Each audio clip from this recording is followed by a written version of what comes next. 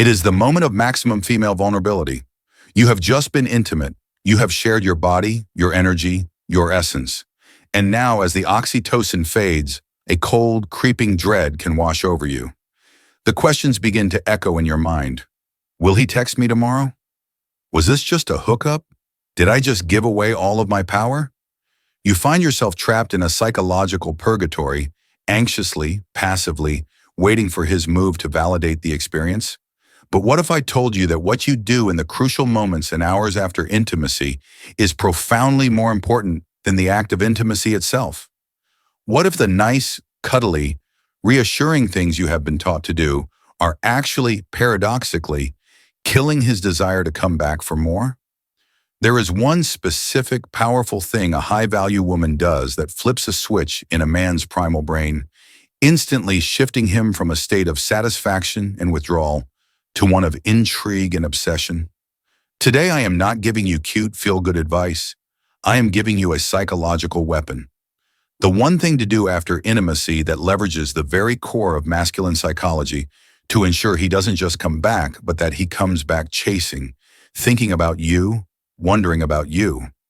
And pay close attention, because the third part of this technique, the psychological echo, is what will make you completely unforgettable. This is how you secure your position in his mind. To understand why this technique is so devastatingly effective, you must first understand the raw, often uncomfortable wiring of the masculine brain. For a man, much of the initial powerful drive of attraction is governed by the pursuit and capture instinct. The thrill is in the chase. The challenge is in the conquest. The overcoming of obstacles is what fuels his desire. Now, after intimacy, from a purely primal, biological perspective, the capture has been made. His mission for that moment is complete. This is why so many men feel a natural, almost irresistible urge to pull away afterwards, to create space, to reset, to go back to their own mission and their own world. It is not necessarily personal, it is biological. The fatal, catastrophic mistake that 99% of women make is they try to fight this natural instinct. They cling. They seek immediate reassurance. They try to turn the moment of capture into a moment of instant, deep commitment. This feels to his primal brain like a trap, and it massively accelerates his desire to withdraw. The high-value woman, the woman he comes back to, does not fight this instinct. She understands it, and she masterfully, elegantly uses it. She does not try to stop the game. She simply restarts it on a higher, more sophisticated level. So what is this one powerful thing? This psychological masterstroke that flips his brain from withdrawal to pursuit? It is not about what you say. It is not about cooking him breakfast. It is not about cuddling for hours on end, seeking reassurance. The one thing men always, almost inevitably, come back to is the woman who, after intimacy, masterfully executes a swift, warm, and self-possessed departure. Let me break that down, because every word is critical. Swift. You do not linger indefinitely, becoming part of the furniture. Warm. You are not cold, dismissive, or playing a childish game. And most importantly, self-possessed. Your departure is not a reaction to him or his potential withdrawal. It is a confident, premeditated return to your own important life, your own mission, your own world.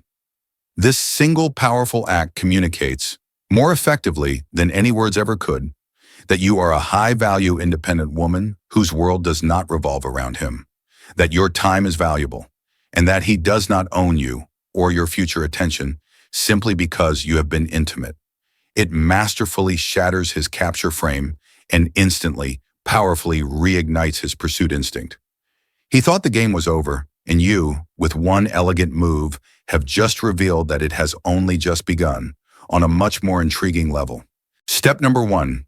The warm, confident connection set the tone.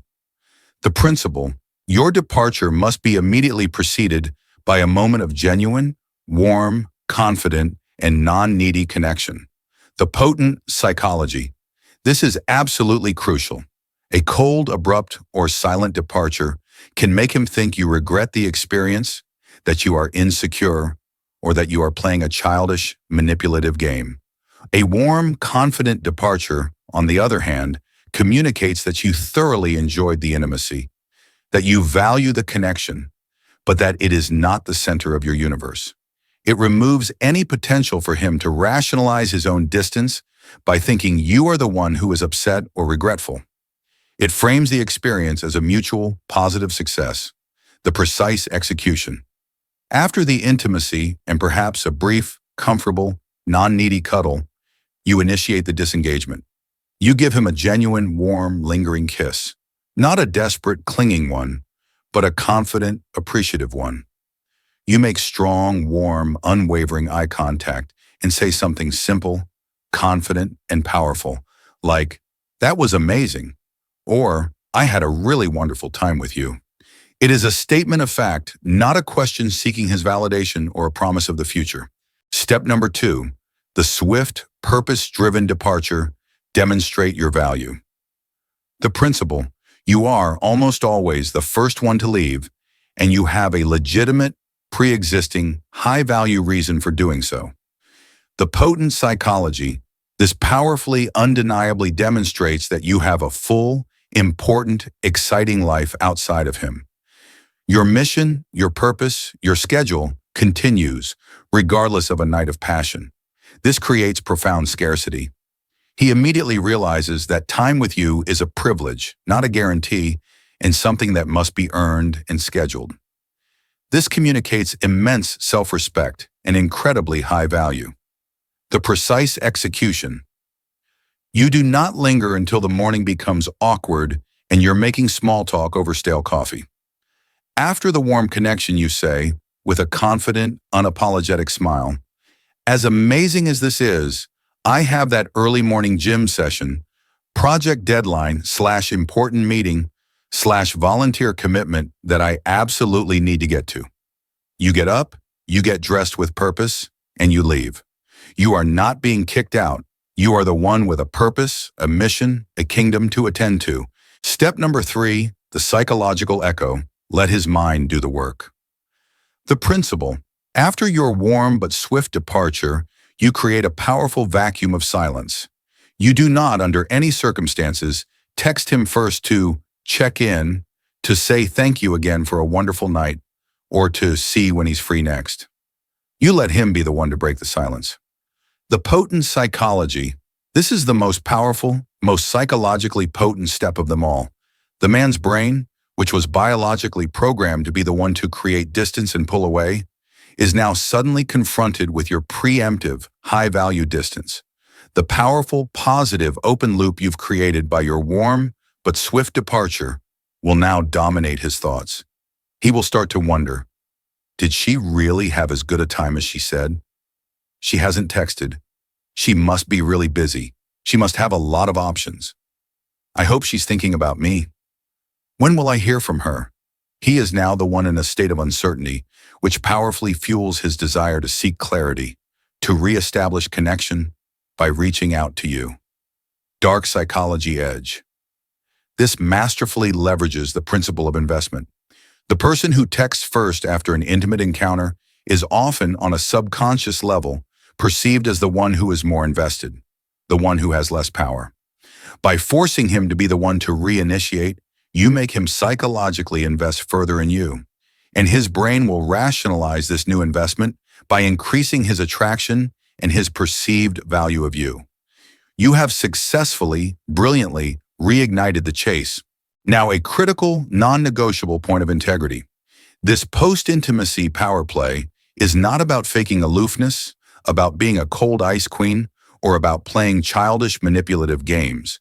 It is the natural, authentic, powerful behavior of a high-value woman who genuinely has a life. She is warm and connecting because she is confident and not ashamed of her desires. She does have to leave because she does have a purpose, a mission, a gym to get to, a life to live. She doesn't text him first because she is not sitting by her phone, anxiously waiting for a man's validation to feel good about herself. Her fulfillment comes from within. The ultimate goal is not to act like this woman. The ultimate goal is to become this woman. When this behavior is an authentic, congruent reflection of your high self-respect and your genuinely fulfilling life, it becomes effortless, and its magnetic effect on high-quality men becomes permanent. The one powerful thing that makes men always come back after intimacy, the swift, warm, and self-possessed departure.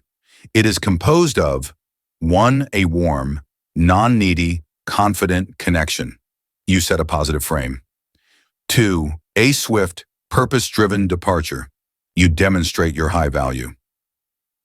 3. The psychological echo of your subsequent silence. You make him invest and pursue.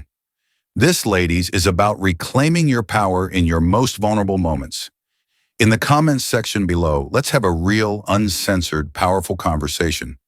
What is the single biggest mistake you think women make after intimacy that inadvertently pushes a good man away?